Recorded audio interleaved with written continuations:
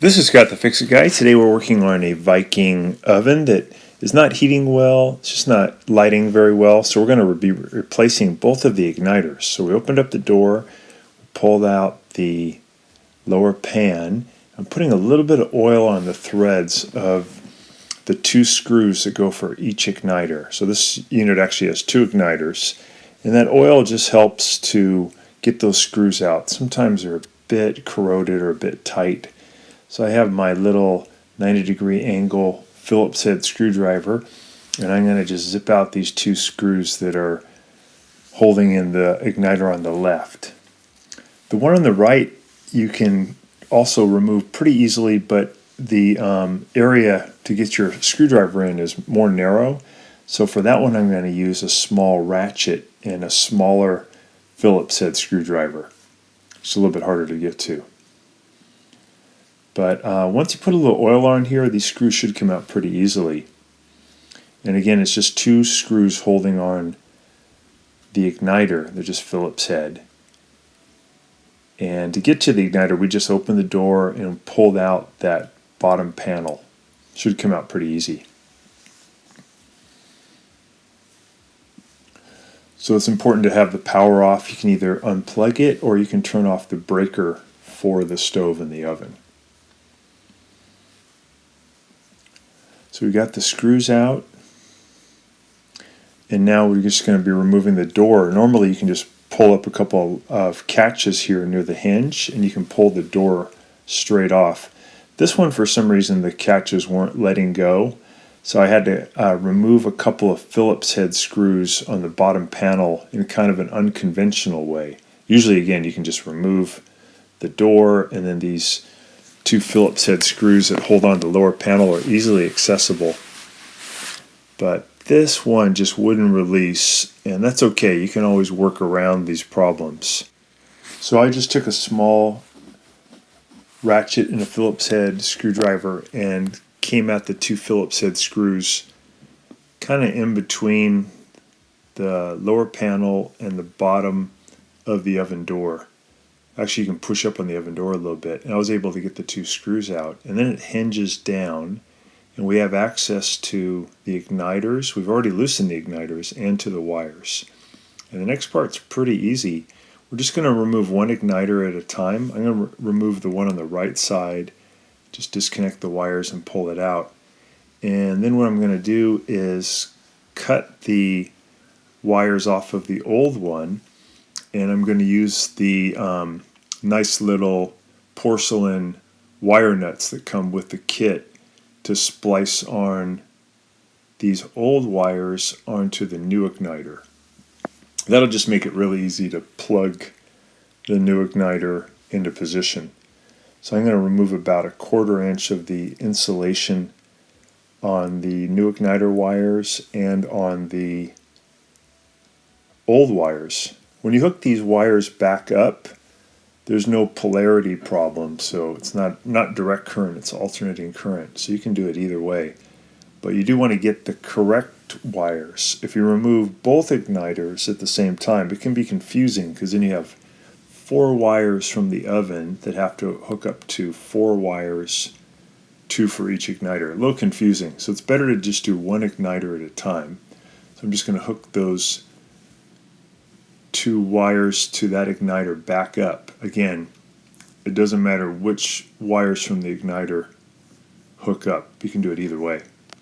But you just got to make sure you're just dealing with 2 wires that are coming out of the oven. You don't want to will not have removed the second igniter yet. You're just doing one at a time.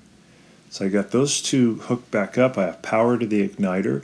I'm just going to kind of push it back in loosely into the cavity. And then I'll go ahead and do the igniter on the left in the same manner. So I've got my connections all done, and now I'll disconnect the wires on the left igniter. I'll pull it out of the cavity, because we already undid the screws, and I'll remove these nice little spade modular wire connectors. Really easy to do. You can just pull them apart. Sometimes the wires are kind of held in with some clips, so you have to pull them out from the clips. And then when we get all done, we're going to just hide those wires back in the cavity, basically where they were, so they don't get pinched or they don't get overheated inside the cooking chamber of the oven. So we're going to try to kind of get them back where they were. So we're going to disconnect those two wires, and then we'll do the same procedure with this igniter. Just going to strip a 1/4 inch of wire from the new igniter and a 1/4 inch of wire from each of the old wires, and we'll use the porcelain wire nuts to get a really secure connection. When you do the wire nuts, you want to screw them on righty-tighty, as tight as they'll go, and that just ensures that the conducting part, the wires, are really locked together, and you'll get a lot of power going to the igniter. It won't be a bad connection.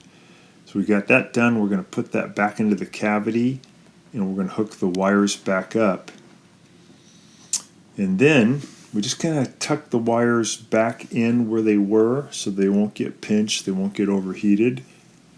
And we'll close up everything. We're going to close up the lower panel by just hinging it back up, putting in the 2 Phillips head screws that hold it in position. And then we're going to test to make sure that both igniters are firing up nice and strong. If they're brand new, when you ask for heat, you'll notice that they start up at about the same time. They both start to glow, and then they both fire up and light the fuel at about the same time.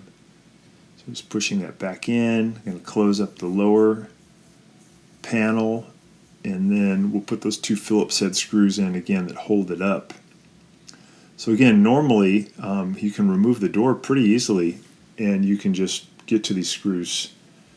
In this case, the door wouldn't come off, so a little bit harder to get these screws in. You have to come in at an oblique angle. So we got that done, and now we're just going to mount these igniters back in with their 2 Phillips head screws. That part's pretty easy.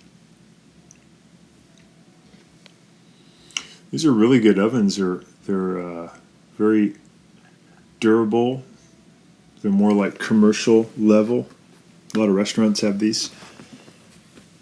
You probably have these igniters last anywhere between 8 to 10 years. You can get the Viking igniters for your oven, or you can even use the generic Frigidaire ones. Work the same. They're really pretty much the same part. I think the Frigidaire ones are fairly cheap, easy to get. You can even get them on Amazon. So we're just tightening up those screws on the left igniter. These same generic igniters can work for Viking, Bosch, Whirlpool, Maytag, almost any kind of oven that uses a flat igniter. The GE ovens use a round igniter, so they're a little bit different. So we're just tightening up the one on the right. And we'll go ahead and turn on the oven, and then within about 30 seconds you should get a nice glow, and then you should get ignition. And if you're not getting that, then it's usually just a worn out igniter. It means you got to replace it.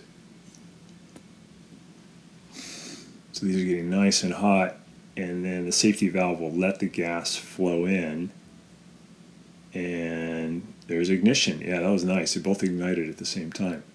So we have a good, healthy oven. It'll have nice, even heat, bake things correctly, and you'll be able to get to your temperatures a lot faster because it'll heat evenly and quickly. I'm just going to put the bottom panel back in.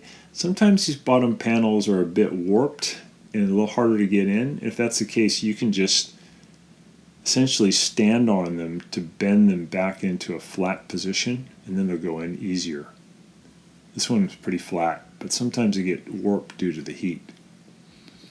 So I hope this was helpful to you and you get your oven working again. And thanks so much for watching our video, and please subscribe when you get a chance. Thanks again.